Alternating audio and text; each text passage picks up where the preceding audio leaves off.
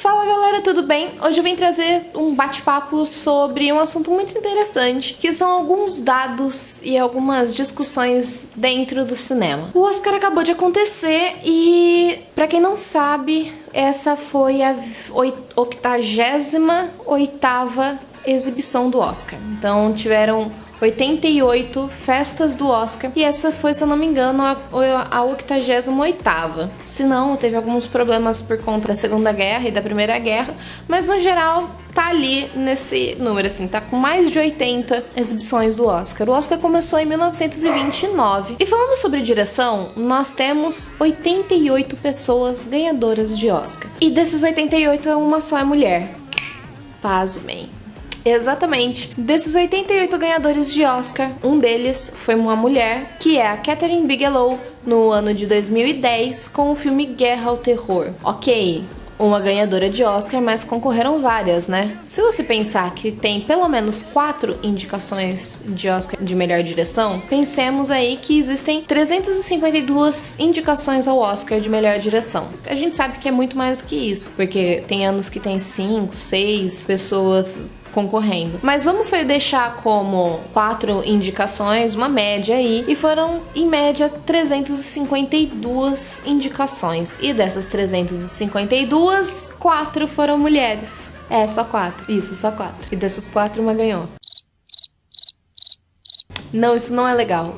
Isso não é legal. Porque, ao contrário do que muita gente pensa, mas as mulheres estão no cinema e tal, tem menos mulheres fazendo cinema. Saiba você, minha cara pessoa que me assiste, que as formações em cinema nas universidades e nos cursos é basicamente 50-50. Mulheres e homens se formam em cinema com uma porcentagem de 1 para 1. Só que quando a gente vai para o mercado de trabalho, os homens geralmente confiam mais nos homens. Isso é muito complicado porque isso não acontece só na direção. Isso acontece em qualquer área técnica de prestígio, como, por exemplo, direção de fotografia, técnico de som, roteirista. É muito complicado isso. Essas áreas técnicas e de bastante prestígio dentro do cinema, elas geralmente não têm uma grande representatividade feminina, e isso é muito triste, porque nós vemos inúmeras protagonistas femininas, inúmeros protagonistas caras, mas independente do sexo, do gênero, da orientação sexual daquelas pessoas, a gente tem quase certeza que aquele filme foi executado por um cara. O olhar de um homem e o olhar de uma mulher é tão merecedor de ser visto e tão merecedor de prêmios quanto o olhar de um cara. As pessoas podem virar pra mim e falar, mas isso daí é questão de competência, não tem grandes filmes de mulheres, mas honestamente, você acha que todos os concorrentes ao Oscar mereciam estar ali? E você acha mesmo que não existam filmes de diretoras mulheres que mereciam estar no Oscar? Isso não é ter cota, isso é reconhecer trabalhos de pessoas. Esse ano foi um Oscar com muita gente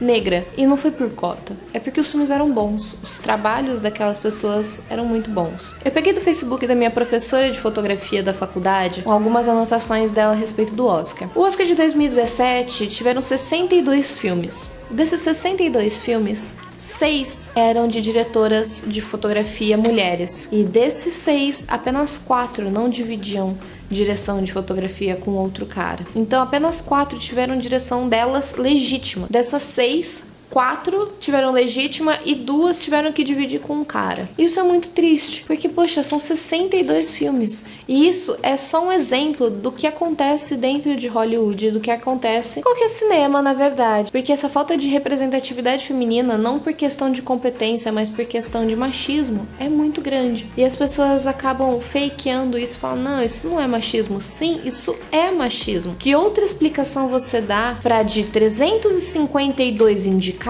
4 apenas serem mulheres? Vocês realmente acham que isso é competência? Só que não, né? É estudado que dentro da academia de cinema, as mulheres se saem fantasticamente bem dentro da academia, mas quando elas vão para o mercado de trabalho, essa coisa que de igual para igual deixa de existir, porque são homens contratando mais homens, porque eles têm uma afinidade maior com homens. O caminho de cinema já é um caminho muito difícil. O caminho de cinema para uma mulher é muito maior.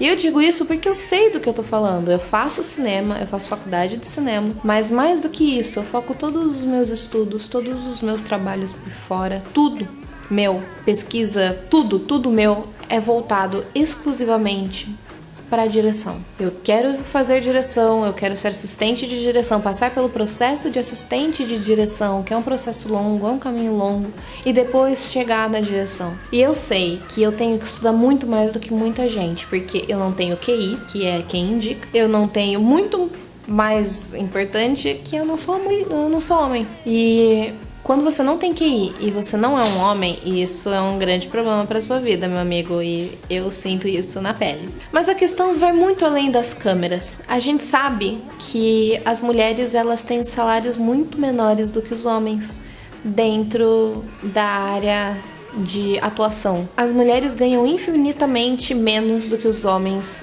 mesmo os dois sendo protagonistas e elas sendo muito mais reconhecidas no mercado, elas levando muito mais gente pro cinema do que aqueles caras, porque existem todas essas pesquisas. Isso é muito triste porque a mulher ganha menos, muito menos do que os caras. Isso não muda, dificilmente muda. Aconteceu um burburinho com a Jennifer Lawrence botando a boca no trombone quando ela fez A Trapaça. E isso é muito foda, porque por que a gente não é reconhecida? E às vezes a gente tem que aceitar essas condições, porque assim, ou a gente aceita ou a gente não trabalha.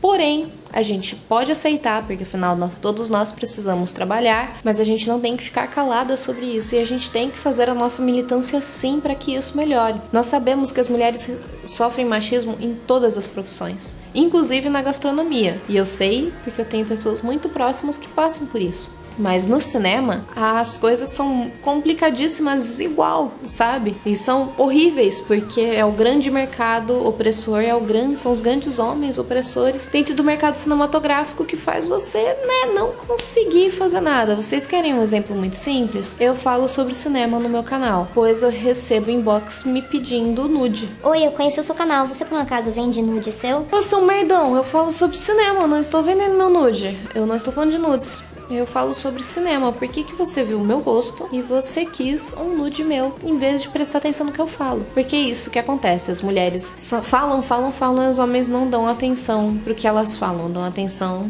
pra fisionomia delas, pro corpo delas. E isso é uma bosta. As atrizes mulheres, elas têm uma época de prestígio muito menor que os homens também. Quando você assiste um 007 ou Duro de Matar, ou todos esses filmes de homens e tal, você tem que saber que os homens estão pela faixa dos 40 pra cima.